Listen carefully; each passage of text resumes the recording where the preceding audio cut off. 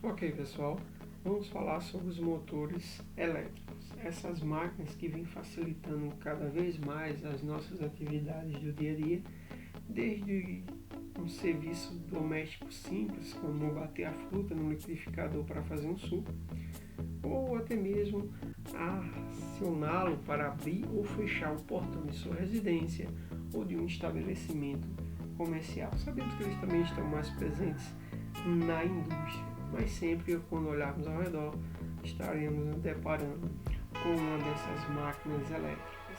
Com relação ao tipo de tensão, se pensarmos em que tipo de circuito a ser inserido nessas máquinas, existe basicamente dois tipos de motores elétricos: os motores de corrente contínua e os motores de corrente alternada.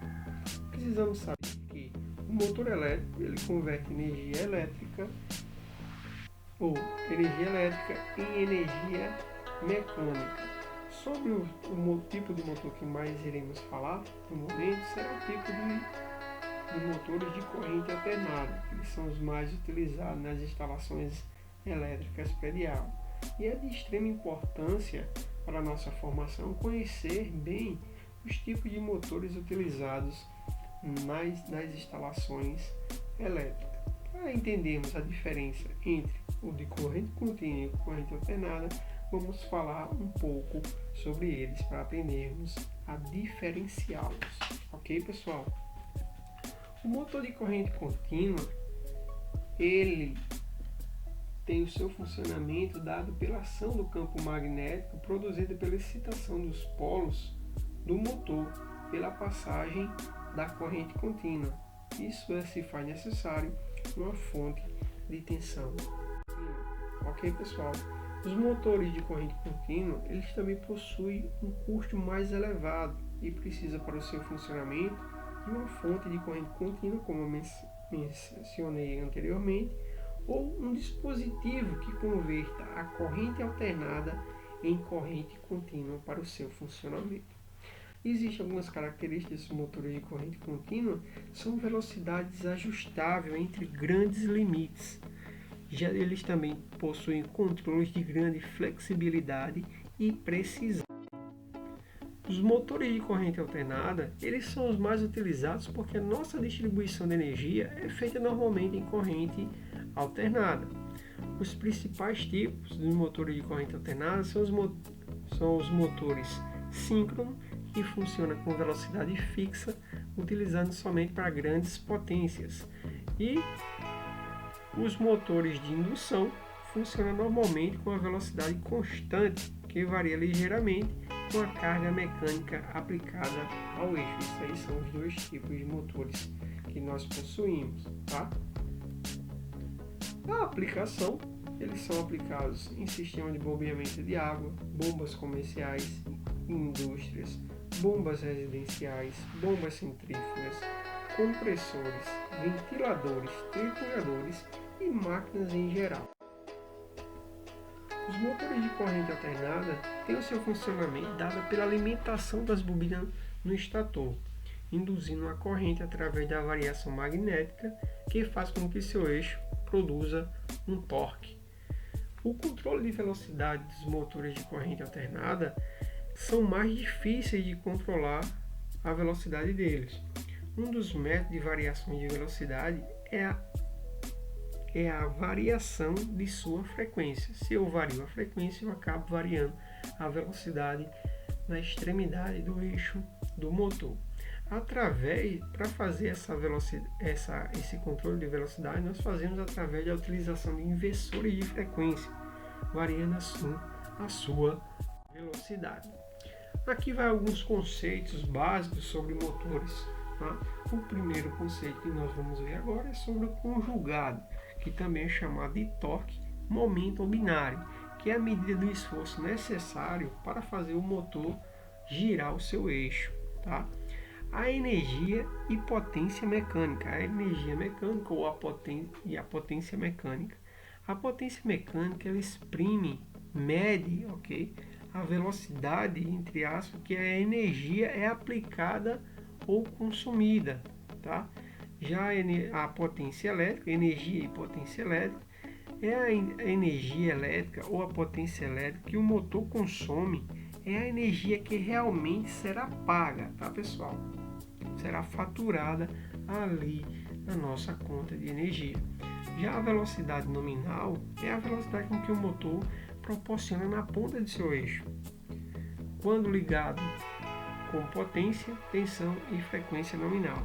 Essa velocidade nominal ela é dada em RPM, que significa rotações por minuto. Continuando com os conceitos básicos, temos a tensão nominal dos motores, são os valores padrão de tensão que o fabricante garante o bom funcionamento do motor. A corrente nominal, que é o valor, que é a corrente que representa o limite de funcionamento do motor. Ultrapassar aquele limite de corrente ocasionará um defeito nesses motores. Uma de suas consequências ultrapassando esse limite é a queima da bobina do motor. A frequência nominal, que é o valor específico de frequência a qual os motores são construídos para trabalhar, vale ressaltar que no nosso caso a frequência é de 60 Hz. Já o rendimento é uma porcentagem de energia consumida que efetivamente ela é transformada em trabalho mecânico. Já o fator de potência é o resultado de divisão da potência aparente com a potência ativa, que nós já vimos que esse fator de potência, quando ele está muito abaixo de 0,92, ele mostra aqui que boa parte do consumo de energia está sendo gasto para a criação do campo magnético. Continuando com os conceitos básicos, precisamos entender a placa de identificação do motor de indução monofásica. Nessa placa de identificação, ele vem trazendo todas as características da máquina, tá? Vamos aprender algumas delas. A primeira que nós podemos entender é a velocidade nominal, sempre as mais simples, está lá escrito em RPM, que nesse caso aqui, em questão, está demonstrando que esse motor consegue atingir a rotação de 1.720 rotações por minuto.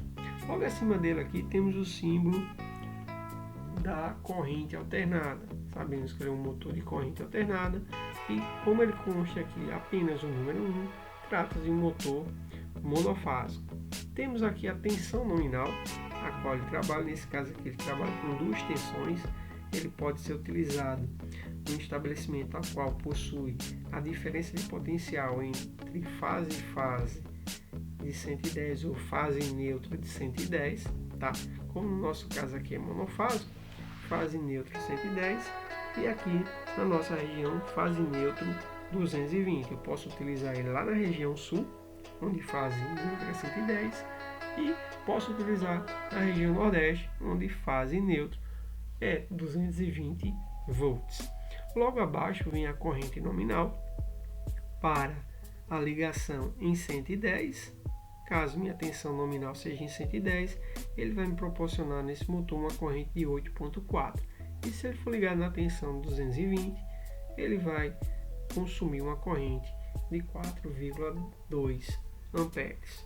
Depois vem o rendimento, que nesse caso aqui não vem impresso aqui na placa desse motor. Esse motor peguei a placa de identificação da WEG. Venho também impressa a potência do motor, são conceitos fundamentais que precisamos entender.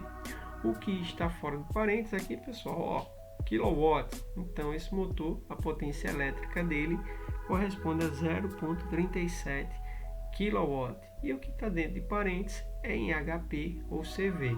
Nesse caso aqui ele possui uma potência de meio CV. Outro fator importante é o fator de serviço, tá? Que é ele diz que a corrente, quando for ligada, ele pode ter um acréscimo aí de 25%, que ele acabará não queimando, que isso aqui também serve para o ajuste do relé de proteção, tá? O relé térmico, que nós vamos ver isso em aulas posteriores, ok? Temos a frequência, tá? Que é um dos princípios básicos, um conceito básico que você deve aprender a identificar na placa do motor. e também o valor do capacitor, que nesse caso aqui é 259 microfarad, tá? Capacitor de 110 volts. Logo abaixo, a coloração dos condutores. Eles são identificados em cores e números, tá? E também o impresso, o seu esquema de ligação. Nesse caso aqui ele vem indicando menor tensão e maior tensão. No caso, se formos ligar lá na região sul ou em alguma indústria que possua a tensão entre fase e neutro de 110 volts, ele está mostrando aqui o esquema qual devemos fazer as ligações, também chamado de fechamento das bobinas do motor, tá? O fechamento do motor. E se for ligado na região onde a tensão entre fase e neutro for 220, vou fazer o fechamento para a maior tensão que está impresso na placa desse motor, que nesse caso aqui eu tenho a linha 1, que seria a fase, e a linha 2, que seria o neutro, onde ele está mostrando que eu tenho que fazer o fechamento entre 1 e 5, o 4 fazer a conexão direta com o neutro, o 2, 3 e 8 fazer uma conexão entre eles e isolá-los.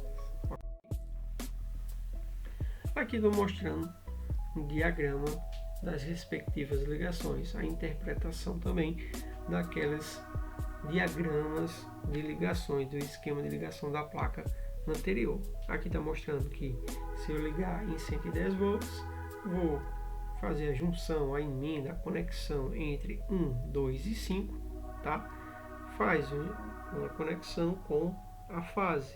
E a outra extremidade das bobinas, 3, 4 e 6, faz a conexão com o neutro. Se caso seja ligado em 220 volts, vamos fazer as seguintes conexões, tá?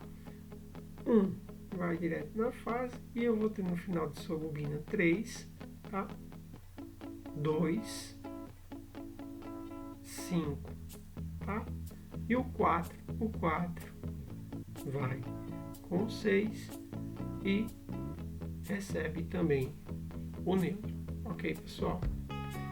Lembrando que para fazer a ligação do motor monofásico, para inverter o seu sentido de giro, basta inverter o 5 pelo 6, né? Então vamos tanto na menor tensão quanto na maior tensão. Mas vamos aqui explicar um pouco melhor sobre esse esquema de ligação, ou famoso fechamento, ok, pessoal? No caso aqui temos o fechamento para 110, vou pegar aqui os números, ó, 2, 1 e 5, tá? Faz a junção, manda na fase. 4, 3 e 6 faz uma junção, uma emenda, tá? Uma conexão e manda no neutro. Já em 220 fica mais simples. O 4 vai diretamente no neutro, tá? 1 e 5 manda na fase. 2, 3 e 6 faz a sua junção, tá? Faz a sua união. Caso eu precise inverter a rotação, eu vou trocar as conexões do 5 pelo 6, tá certo? Para a gente não esquecer, tá? Vamos pegar aqui no nosso caso, ligado em 220 volts, a qual o motor na placa dele está mostrando essa identificação. Então vamos uma macete simples aqui para a gente entender. Eu vou ter lá os condutores 1, 2, 3, 4 e 5 numerados, e 6 em alguns casos ele chama de 8, tá? Em alguns motores ele chama o 6 de número 8. E aí nós sabemos que vamos ter aí a fase, tá? E nas fases, nós, como está mostrando no esquema, nós fazemos a junção do 1 e com 5 e mandamos na fase. O neutro nós mandamos diretamente no 4, tá?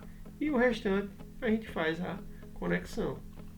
2, 3 e 6 são ligados entre si. Daí então fiz o fechamento para o motor de 220 volts aqui no Nordeste, de acordo com a placa de identificação do motor. Lembrando que para fazer a inversão, né? Para fazer a inversão, basta trocar o 5 pelo 6, ok, pessoal? Lembrando, 5 pelo 6.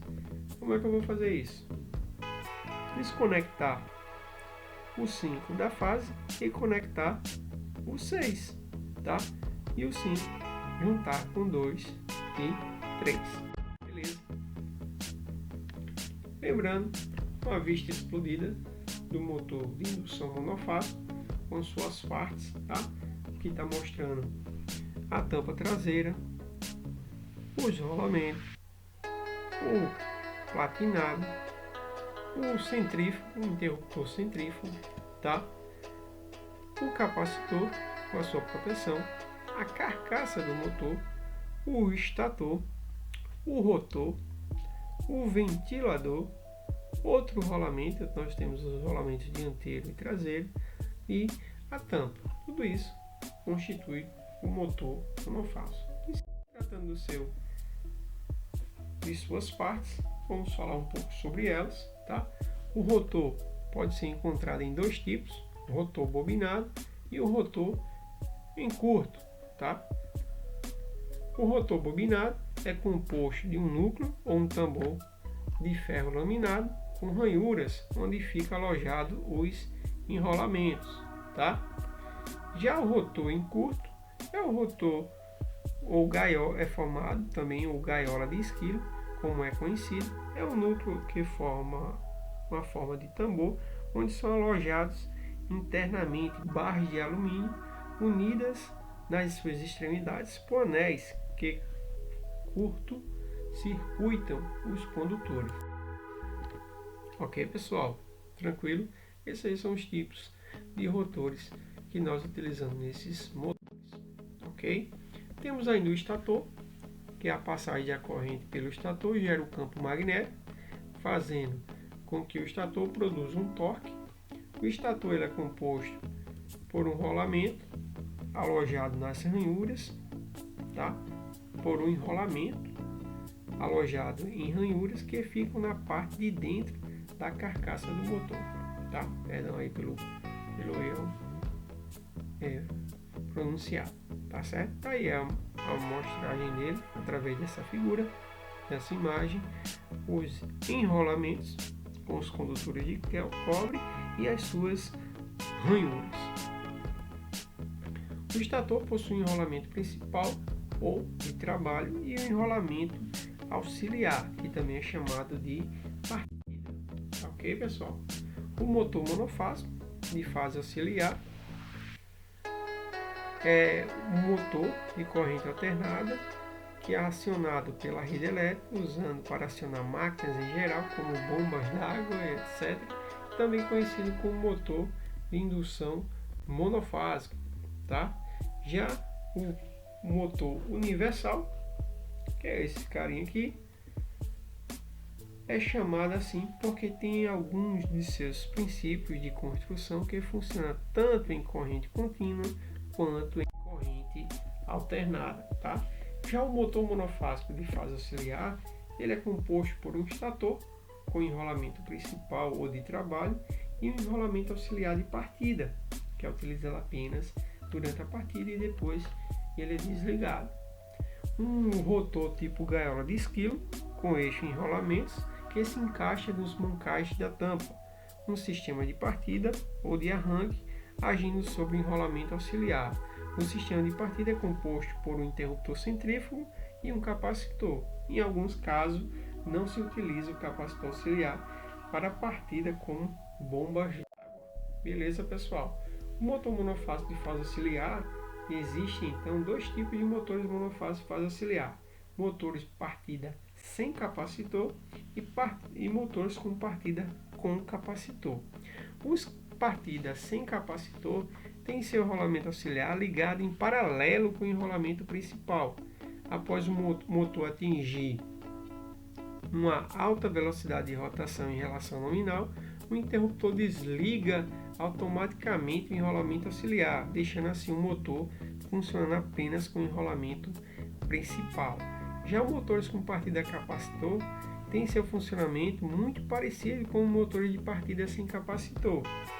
Porém, é adicionado um capacitor em série com enrolamento auxiliar do motor, aumentando assim o torque de partida, proporcionando ao motor com que o motor atinja a velocidade mais rápida. Normalmente são utilizados em motores que partem com carga, tá pessoal? E essas cargas bem consideráveis. Aí o esquema do motor com monofásico com partida a capacitor, tá certo? Ele tem as bobinas de trabalho, tá? Duas bobinas de trabalho, e eu tenho aí as bobinas de partida, tá? Já que também são chamados de arranque. No circuito, onde eu tenho o circuito de partida, tá? Logo em seguida eu tenho aí o interruptor centrífugo ou interruptor automático. O capacitor ele vai dar o sentido, além do sentido de giro, tá?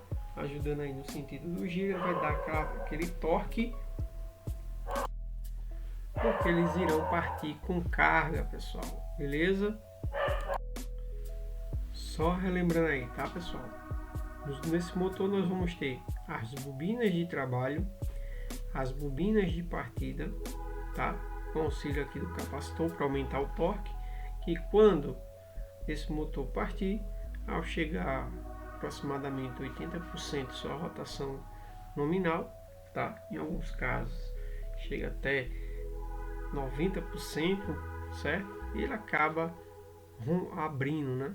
Esse circuito, ficando funcionando apenas a de trabalho. Beleza, pessoal?